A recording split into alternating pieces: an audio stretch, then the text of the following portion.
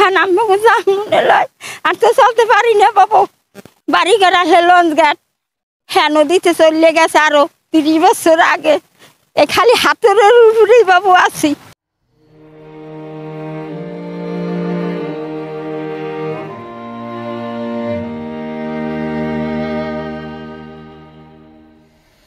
রাত্রে আমার একটা ঘর একবারে নামিয়ে গেছে, আমি কিছু উদ্ধার করতে পারি না। আর একটা রুমে আমি আসিলাম, আমার 1 বছরের নাতি লইয়া, আর একটা মেয়ে আছে 9 মাসের, আর আমার ছেলের বয়স 14 বছর। আমরা এই রুমে ঘুমেছিলাম।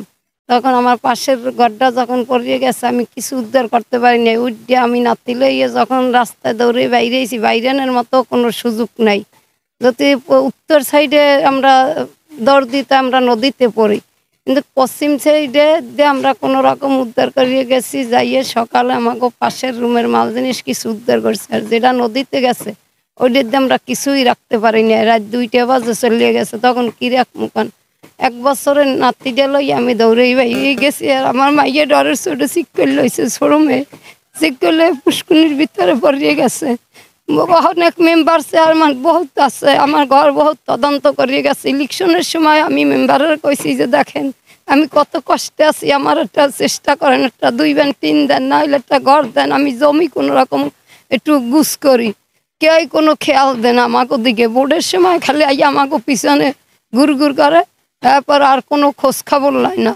এই যে এখন বর্তমানে যে মেম্বার আছে আমাকে হয়নি ক্লাবে সবসময় গাড়ি নিয়ে যায়, কিন্তু আমাকে দিকে কোনো খেয়াল দেয় না। 15 বছরের ভিতরে আমি কোনো সরকারি সাহায্য অনুদান পাই নাই। আমি বহুতবার হেগো কাছে গেছি আমার সন্তানেগুলো, আমি সন্তানেগুলো আমার বড় ছেলেটা পড়াই 14 বছরের, আমি কোনো একটা উপগতির নামও পাই না। এই অবস্থায় আছি। এখন আমার খুব অবস্থা খারাপ। আমি সারা রাত একটা চার দোকানে, অন্যজনের একটা চার দোকানে টেবিলের উপরে বইয়ে রয়েছি, আমার নাতিটা লইয়া আর ওই মেয়েটা লইয়া। মেয়েটার আমি পুষ্কুনিতে উঠেছি। ঘর বাড়ি নদীতে ভেঙে গেছে, এখন কি করবো? মিস্ত্রি লইয়া হাইয়া খুলতে আসি, খুব অসহায়ের ভিতরে আছি। জায়গা জমি নাই, একটু ঘর ভাড়া মাড়ি ভাড়া দিয়ে থাকি। তো বাজারে একটু দোকান পাশা দিয়ে রইতে আমার 40 বছর বাজারে। এখন দুজন গেছি বুড়ো ইয়ার, এখন একটু চার দোকান দিয়ে খাইতাম। হিডু নদী এখন আইসি, আমি উড়ে লইলাম। হ্যাঁ উড়ে কালকে নদী থেকে সইতে আমি বাড়ি ছিলাম না, কিছু হ্যাঁ রাখতে পারে নাই, করার কিছু নাই। কতবার এরকম কইছি, হ্যাঁ কেউ গুরুত্ব দে না। চেয়ারম্যান তো দাঁড়িয়ে আই না, মেম্বারের কাছে যাইয়ে বলি, হ্যাঁ কোনো গুরুত্ব আমাকে দেয় না। এখন আমাকে যা মনে লয় আর তো চলতে পারি না বাবু। এখন আর কুমড়ে জোর নাই অপারেশনের পর। বাড়ি ঘর আসে লঞ্চ ঘাট, হ্যাঁ নদীতে চলে গেছে আরো 30 বছর আগে।